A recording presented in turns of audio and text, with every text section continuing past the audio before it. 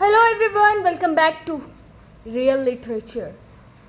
तो आज की इस वीडियो में हम लोग पढ़ेंगे the old man and the sea. ये एक नॉवेल है, अर्नेस्ट हेमिंग्वे ने लिखा था और उनका जो जन्म है 1899 को हुआ था and he was died in 1961।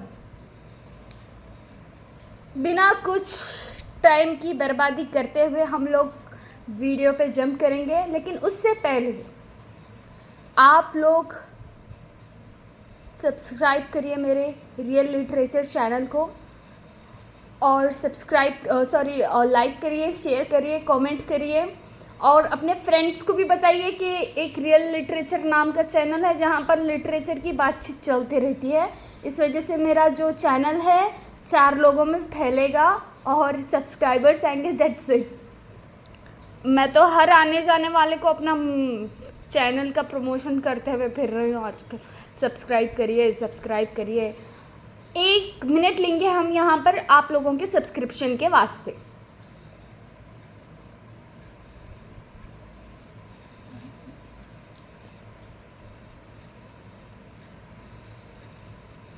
तो चलिए ठीक है, मैं समझ लूँगी कि आप लोगों ने सब्सक्राइब कर चुका है चैनल को। ये नॉवेल इतनी ज़बरदस्त है ना, मैं क्या ही बोलूँ। ये जब हमारे सर ये नॉवेल जो थी ना, ज़बरदस्त, एक नंबर, मैं क्या ही बोलूँ। हमारे सर जब इसको एक्सप्लेन कर रहे थे इतनी अच्छी लगी। सिर्फ इसके इंट्रो में मैं दूसरे दिन क्या करी मालूम, सपना बुक स्टॉल को गई, वहाँ पर जाकर ये बुक सर्च किया मैंने, फिर उसके बाद परचेज़ भी कर लिया और पूरी पढ़ भी ली हूँ मैं ये बुक। और इसमें से सबसे मेरा फेवरेट कोट आपको मैं दिखाती हूँ। 1 मिनट रुकिए आप लोग। कहाँ पे है? Page number 47। ये देखिए, पेज नंबर 47 पर ये सेकेंड पैराग्राफ देखिए, पैराग्राफ नहीं, सेकेंड लाइन्स, ये सेकेंड 2 लाइन्स देखिए। Fish, he said, I love you and respect you very much, but I will kill you dead before this day ends। यानी कि मछुआरा अपनी फ़िश पकड़ने के बाद, अपनी फ़िश को जाल में जकड़ लेने के बाद ये कह रहा है कि मैं तुम्हें प्यार भी करता हूँ, मोहब्बत भी करता हूँ, मैं तुम्हें प्यार भी करता हूँ और तुम्हारी इज्जत भी करता हूँ, लेकिन ये दिन ख़त्म होने से पहले मैं तुम्हें ज़िंदा मार दूँगा। क्या ही बात है, वाह वाह वाह वाह। आपको इसके बारे में भी हम ये बुक का एक रीडिंग सेक्शन भी रखेंगे इंशाल्लाह। तो चलिए, the old man and the sea. The old man and the sea, short heroic novel by Ernest Hemingway, published in 1952। तो ये जो old man and the sea है, ये अमेरिकन लिटरेचर में दिया गया गुलबर्गा यूनिवर्सिटी की MA फर्स्ट सेम में टेक्स्ट है, जो आपको एग्जामिनेशन में एनी हाउ इस पर क्वेश्चन आता, तो उस एग्जामिनेशन में आपको किस तरह से आंसर लिखना है मैं आपको वो बता रही हूँ यहाँ पर, और अपने हैंड रिटन नोट्स भी आपको प्रोवाइड कर रही हूँ ये वीडियो में। तो इंट्रो में मैं क्या लिखी थी मेरे एग्ज़ाम्स में बोले तो, इतना पढ़ के गई थी मतलब तो बस ये पहले तो मैंने नॉवेल को समझा किस बारे में है, फिर पढ़ा भी और एग्जामिनेशन फेस भी किया, बहुत अच्छे भी हो गए एग्ज़ाम्स। तो आइए चलिए, introduction. The old man and the sea, short heroic novel by Ernest Hemingway. तो ये जो old man and the sea है, ये एक नॉवेल तो नहीं है, मतलब नॉवेला है, मतलब जो कम थोड़ा शॉर्ट में है, शॉर्ट हीरोइक नॉवेल बोल रहे हैं ना उसको। तो एक नॉवेल मतलब ऑफ कोर्स आप लोगों को मालूम ही होगा 600-500 पेजेस की रहती है, तो ये उतने पेजेस की नहीं है, ये शॉर्ट है लाइक 200 या फिर 120 पेजेस की है ये इसमें ऐसा प्रिंट हुआ तो। और इसको लॉन्ग फॉर्म में अगर प्रिंट करेंगे तो और भी कम रहती है। तो ये एक नॉवेला है। It was his last major work of fiction. तो old man and the sea जो अर्नेस्ट हेमिंग्वे ने लिखा, ये उनकी लास्ट मेजर वर्क है फिक्शन का। मतलब उन्होंने मरने से पहले ये लिखे थे, फिर मर को गए शायद। फिर उसके बाद में the story centres on an aging fisherman who engages in an epic battle to catch a giant marlin। तो ये स्टोरी किस चीज़ पे सेंटर की गई है यहाँ पर बोले तो, एक फिशरमैन, एक मछुआरा जो बूढ़ा आदमी है, जो अपने आप को एक एपिक बैटल में डाल लेता, एक जियांट मर्लिन यानी कि शार्क नहीं रहती, shark is different one and marlin is different one. तो मर्लिन जो है वो हाँ मैं आपको आगे बता दूँ, अब बीच कहानी बताई तो फिर आगे क्या बोलूँगी मैं आप लोगों को। The novel starts with a description of an old man, Santiago, a fisher who spent 84 days without any fare. Local fishermen had already defined him as a sellout, a pathetic loser. Of course, it is offensive for Santiago, who spent all his life at the sea and traveled a lot while being young. तो ये मैं intro में क्या लिखी हूँ बोले तो, एक ओल्ड मैन है जो फिशर है और वो अपने आप को एक एपिक बैटल में डाल लेता है कि उसे डाल लेता है एक जियांट मर्लिन पकड़ने के इसमें। और नॉवेल किस तरह से स्टार्ट किए हैं बोले तो, एक डिस्क्रिप्शन। क्या डिस्क्रिप्शन है, पहले तो आप लोग ये समझ लीजिए, ये आपको मैं बोल दूँ कि ये जो फिशरमैन है, ये इसका नेम है सेंटियागो, और एक बूढ़ा आदमी है और फिशरमैन है, और ये आदमी पूरे लगातार 84 डेज से मछली पकड़ने की कोशिश कर रहा है, लेकिन इसको एक भी मछली हाथ नहीं लग रही।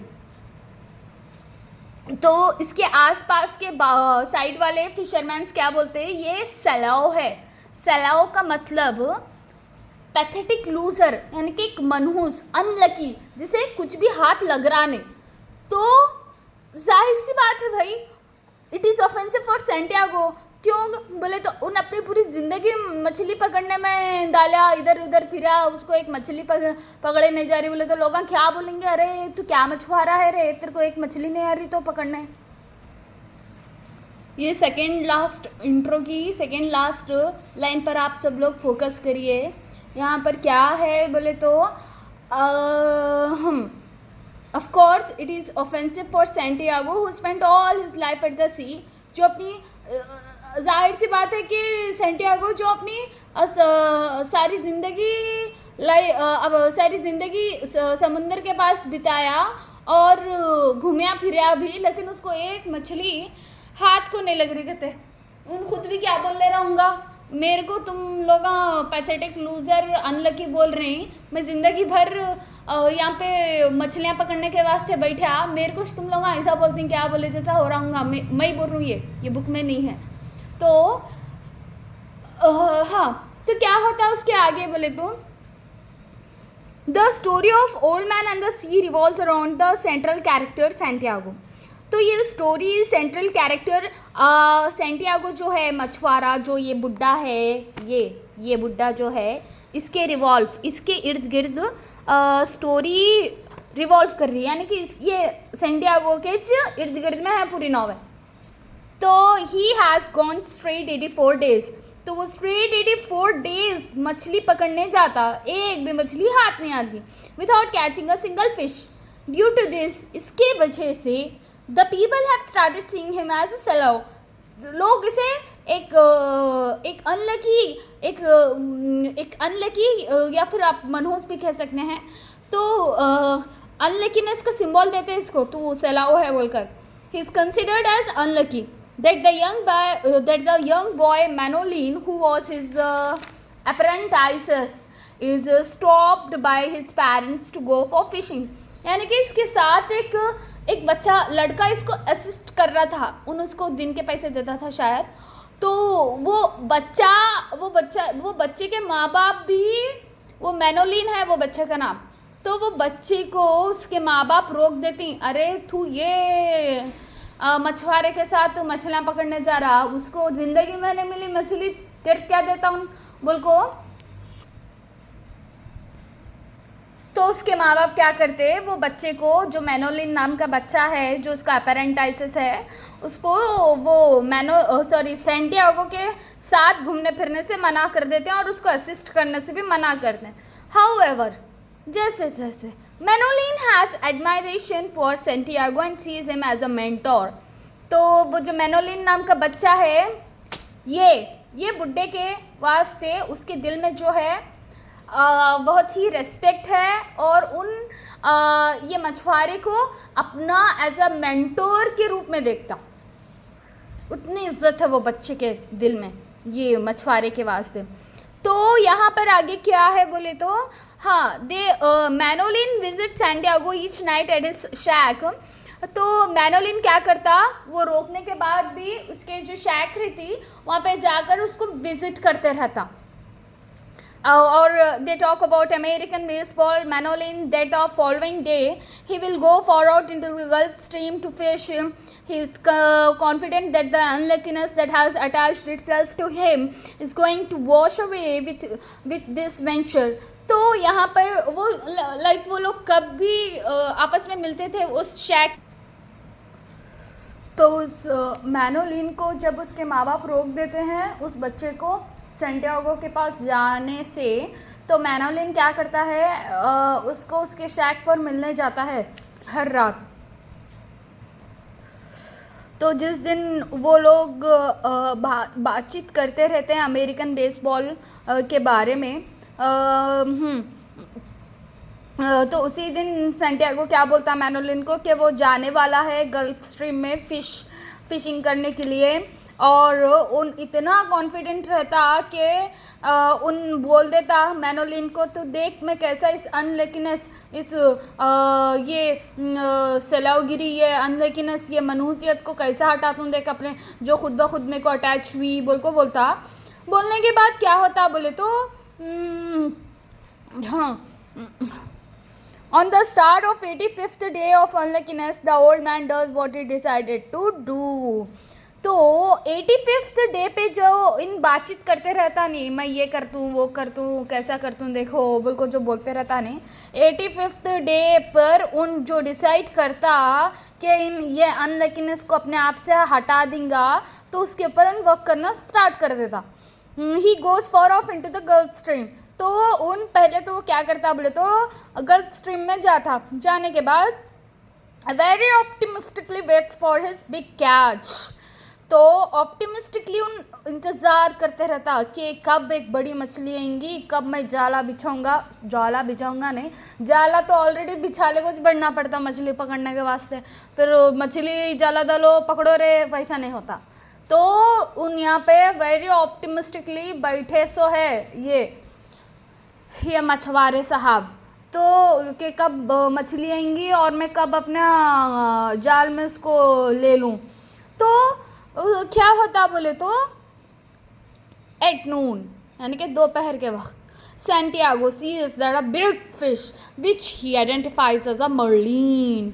दोपहर के वक्त उन क्या करता मालूम, अरे मेरा जाली, ये मेरी जो नेट है भारी भारी कई को दिख रही, देखने के बाद रिकॉग्नाइज कर लेता, अरे मर्लिन नाम की मछली हत्ते चढ़ी ना मेरे हाथ लगी ना, ये मछली कौन सी, मर्लिन, राइट, सही बोले आप लोग, मर्लिन।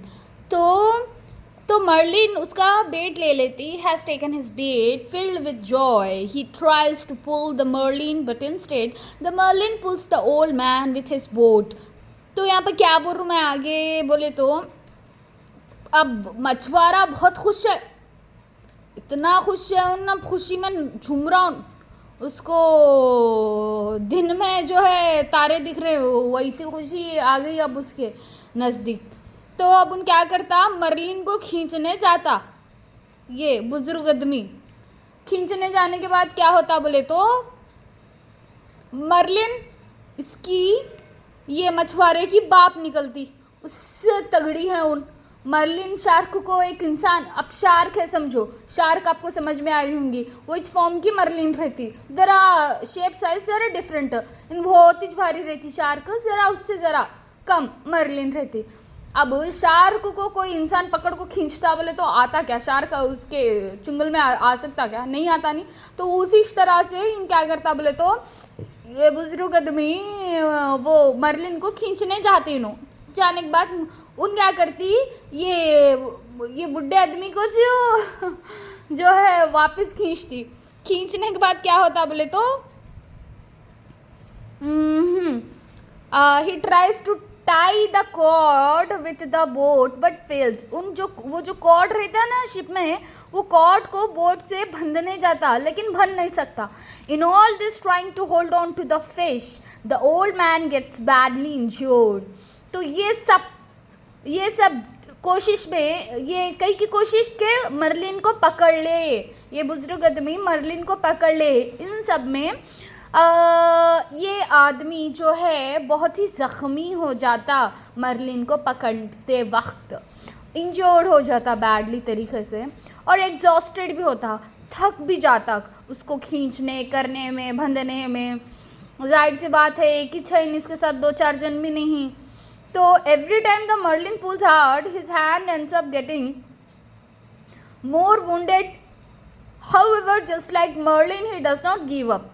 तो हर वक्त जब भी इन जो क्या करते हैं बोले तो जब भी इन ये मछुआरा उसको खींचने की कोशिश करता, तब इसके हाथों को मार लगते रहता, और जिस तरह से मर्लिन गिव अप नहीं करते रहती नहीं, उसी तरह से ये बूढ़ा आदमी भी गिव अप नहीं करता। तो नेक्स्ट स्टैंजा में क्या है बोले तो यहाँ पर the old man admires the merlin for it staying true to its nature and struggling for freedom. He feels like the merlin is partner in his pain, suffering, and also in old man's struggling to keep the merlin. The fish tries and gives in. It starts to circle around his skiff. तो यहाँ पर क्या बोल रही हैं बोले तो हाँ, the old man admires marlin for staying true to its nature. तो ओल्ड मैन यहाँ पे एडमायर करते रहता, किसको, मर्लिन को, मछली को, अपने नेचर से सही तरह से वाकिफ़ रहने के लिए। यानी कि मतलब चलो छोड़ो जानते इसके हाथ में लख्तुमई बोले वैसी नहीं है वो मर्लिन, उन भी अपने आप से बहुत ये करते रहती, अपने तरफ से भी कोशिश करते रहती कि मैं इसके हाथ में ना आना, और ये बुजुर्ग आदमी भी अपने तरफ से लगे हुए रहते हैं कि मैं कब ये मछली को ले लूँ। तो उसके बाद में क्या होता बोले तो वो मछुआरा जो है ये मर्लिन को अपने सफरिंग में ये अपना पार्टनर है समझ लेता। He feels like the marlin is partner in his pain, suffering and also in his strength. और उसके स्ट्रेंथ में भी ये पार्टनर है और उसके पेन यानी कि उसके दर्द में भी ये मछली पार्टनर है, ऐसा फील कर लेता हूँ। क्यों फील कर लेता मेरे को नहीं मालूम, क्यों बोले तो अब उन भी तकलीफ में है, इन्हें भी तकलीफ में है। इसकी कई की तकलीफ मछली को पकड़ने की, मछली की कई की तकलीफ अपने आप को बचा लेने की। तो इन देखो दोनों की सिचुएशन सेम है बोलकर ना उसको अपना पार्टनर समझ लेता, फील करता कि ये मेरे जैसे ही चेक पार्टनर है बोलकर। Finally on the third day of man's struggling to keep the marlin the fish tries and gives in, it starts to circle around his skiff. तो ये मछली को पकड़ना, छुड़ा लेना, पकड़ना, ये करना वो करना, ये इनका नाटक 3 दिन तक चलता। 3 दिन तक चलता। चलने के बाद में मछली बेजार हो गई, अरे जान दे रे भाई मेरे को बस हो गया, ये मछुआरे से कितना पकड़ रहा ना, इनमें को मारम पीटी कितना कर रहा, बोल को क्या कर देती मछली, गिव अप कर देती। गिव अप करने के बाद वो सर्कल करते रहती, वो जो स्किफ रहता ना हाथ में, वो स्किफ के अराउंड सर्कल करती। करने के बाद यहाँ पे लास्ट, इसमें मैं क्या लिखी हूँ, लास्ट नहीं है ये पेज के लास्ट पैराग्राफ में क्या लिखी हूँ बोले तुम, Santiago with all that he has in him pulls the fish and manages to kill it with a harpoon. तो हार्पून जो रहता, हार्पून से अपने पास जो भी चीज़ें रहते हैं उससे उस मछली को मारने की कोशिश करते रहता, अपने हार्पून से उसको मारने की कोशिश करता। He tries the fish to the side of the skiff और उस फिश को स्किफ की तरफ लाने के बाद and finally after days unimaginable वो जो मछली रहती है, मछली को अपने मछली को उसको मार कर उसके जाले में ले लेता, अपने अंडर ले लेता मछली को। तो फाइनली यहाँ पे क्या है line, finally after days of unimaginable struggle. तो ऐसी स्ट्रगल वो मछुआरे की जो कोई इमेजिन नहीं कर सकते, उस तरह के स्ट्रगल के बाद उन एम करता है अपने घर जाने की तरफ। घर जाने की तरफ एम करने के बाद Santiago is happy and proud of himself that he has managed to catch a fish that would have a great prize। तो उन अपने आप को बहुत ही तो वो उन अपने आप से ही बहुत प्राउड फील करते रहता कि मैं इतनी बड़ी अचीवमेंट कर लिया ना। मर्लिन को वो अपने जाले में फंसा कर उसको मारा और उसको इतनी बड़ी अचीवमेंट कर लिया मैं मेरी ज़िंदगी की बोल के बहुत ही खुश रहता और उसके बाद में to catch a fish that would have a great price. और ये भी सोचता अगर मैं इस मछली को बेचूंगा तो इसका क्या ही प्राइस रहेगा और मैं कितना अमीर हो जाऊंगा बोलकर सोचता।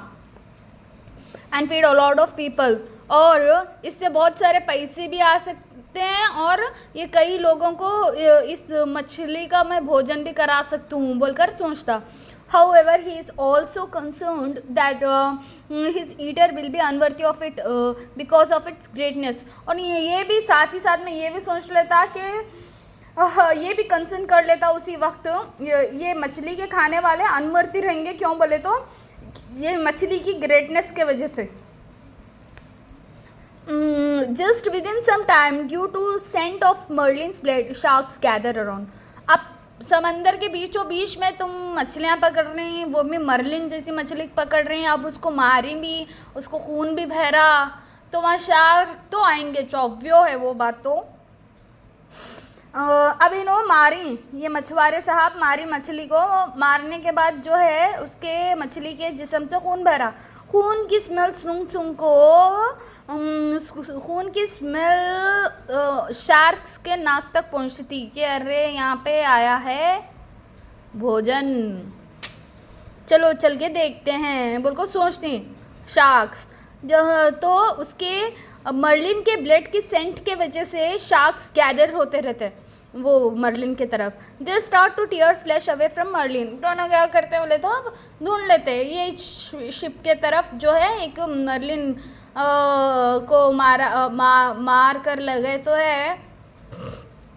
शार्क क्या बोलते हैं, शार्क क्या करते हैं बोले तो चलो अच्छा मौका है बोलकर गोश्त को नोच फाड़ कर खाना शुरू कर देते हैं। Santiago manages to drive away a few but loses his harpoon as a result. यानी कि इसका मतलब है सैंटियागो बहुत कोशिश करता कि उन सारे शार्क्स को हटाए उस जगह से, और इस हटाते वक्त ये शार्क्स को हटाते वक्त उन अपने हार्पून को लूज कर लेता, खो देता। देन एज मोर शार्क्स कीप कमिंग, जैसे ही उसका हार्पून लूज हो जाता यानी कि जैसे उन अपना हार्पून को खो लेता, खो जाने के बाद और ज़्यादा शार्क्स आना शुरू हो जाते उस जगह पे। ही मेक्स अनदर हार्पून, उन एक और हार्पून बनाता। कैसे बोले तो by putting his knife into an oar. तो इस तरह से उन अपनी दूसरी हार्पून बनाता। The sharks keep coming and stealing the flesh of the Merlin.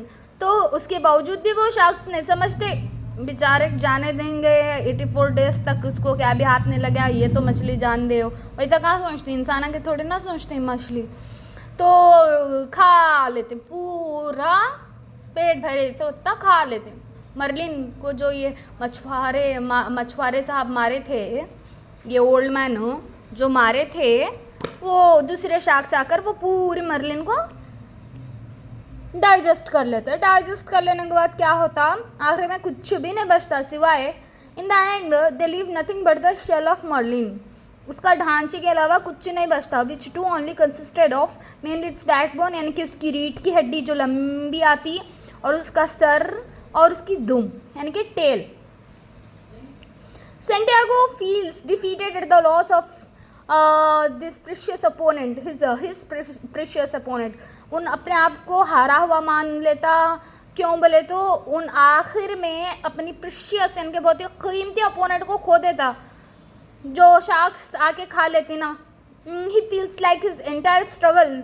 उन ऐसा फील करना स्टार्ट करता कि उसका एंटायर स्ट्रगल जो 3 दिन तक उन मछली उसको मारना, इन उसको ये करना, वो पूरे इसमें आखिर में उन मछली को तो ले लेता भाई. आखिर में एट द एंड में क्या होता बोले तो शार्क्स आके पूरा मर्लिन का गोश्त खा लेते.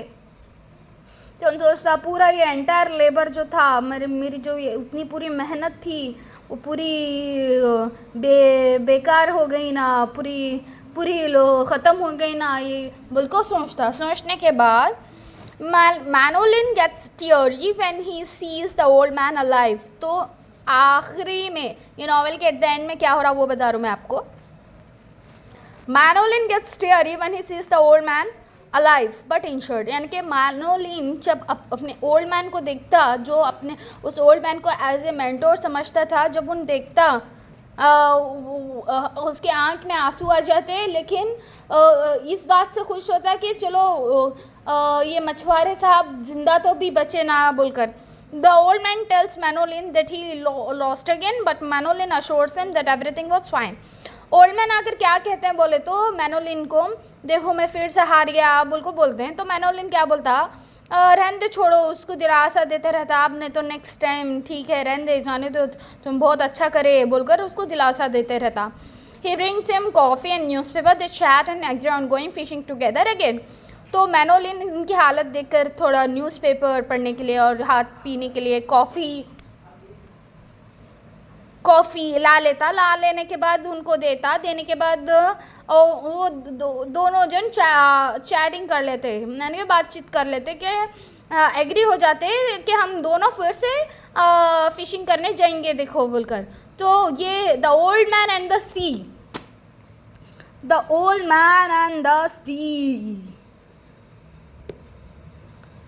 का कंक्लूजन क्या है बोले तो therefore at the end of the old man and the sea Santiago returns home. तो at the end Santiago अपने घर आ जाता with merlin skeleton. वो जो मछली का स्केलेटन बच्चे से रहता नहीं, मैं बोली थी ना आप लोगों को थोड़ी देर पहले, वो मर्लिन के स्केलेटन के साथ अपने घर को वापस आ जाता. उसके बाद में he goes to bed and later talks with Manolin. अपने सीधा बेड पर चले जाता, सो जाता. सोकर उठने के बाद मैनोलिन से बात करता. फिर the end of the story portrays.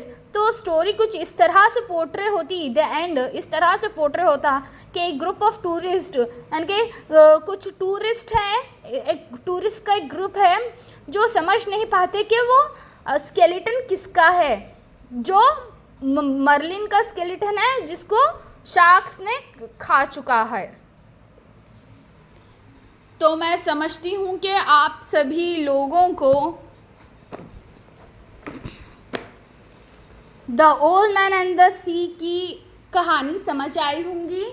तो मैं होप करती हूँ आप लोग ज़्यादा से ज़्यादा सब्सक्राइब कराइए, अपने दोस्तों से शेयर करिए, ये चैनल के बारे में बातचीत करिए, कमेंट करिए. कुछ क्वेरीज हैं तो पूछिए कमेंट बॉक्स में.